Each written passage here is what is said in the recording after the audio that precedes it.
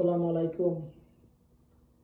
16 December পর থেকে নাকি বাংলাদেশে যে নিবন্ধনহীন যে মোবাইল ফোন রয়েছে সবগুলো বন্ধ হয়ে যাবে।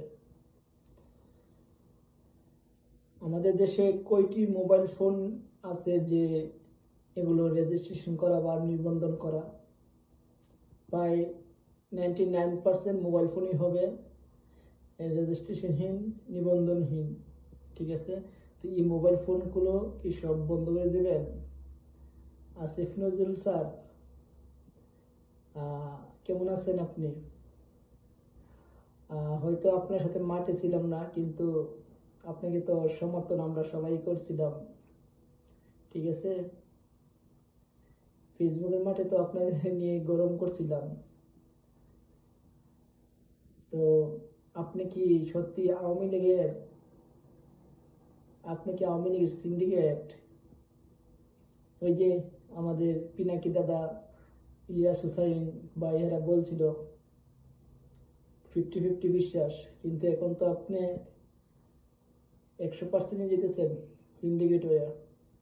আপনি কি আমাদের প্রফেসর ডক্টর ইউনূস স্যারের বদনাম করতে চেয়েছেন? আমাদের কি ভাবমূর্তি উজ্জ্বল করবেন বহির্বিশ্বে, যে বাংলাদেশে মোবাইল ফোন রেজিস্ট্রেশন করতে হয়, নিবন্ধন করতে হয়, সেটা করবেন?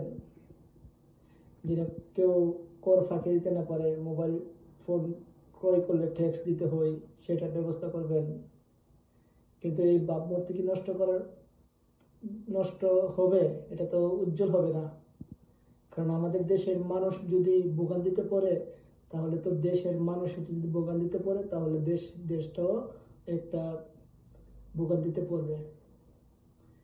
সুতরাং আপনি আওয়ামী লীগের মতো এরকম কিছু করবেন না, যে আওয়ামী লীগের মানুষেরা সুযোগ পায় যেন এটা যেন বলতে না পারে আগেই ভালো ছিলাম। ঠিক আছে, আপনি কিন্তু ঘুরে ফিরে এগুলোই করতে চাইতেছেন।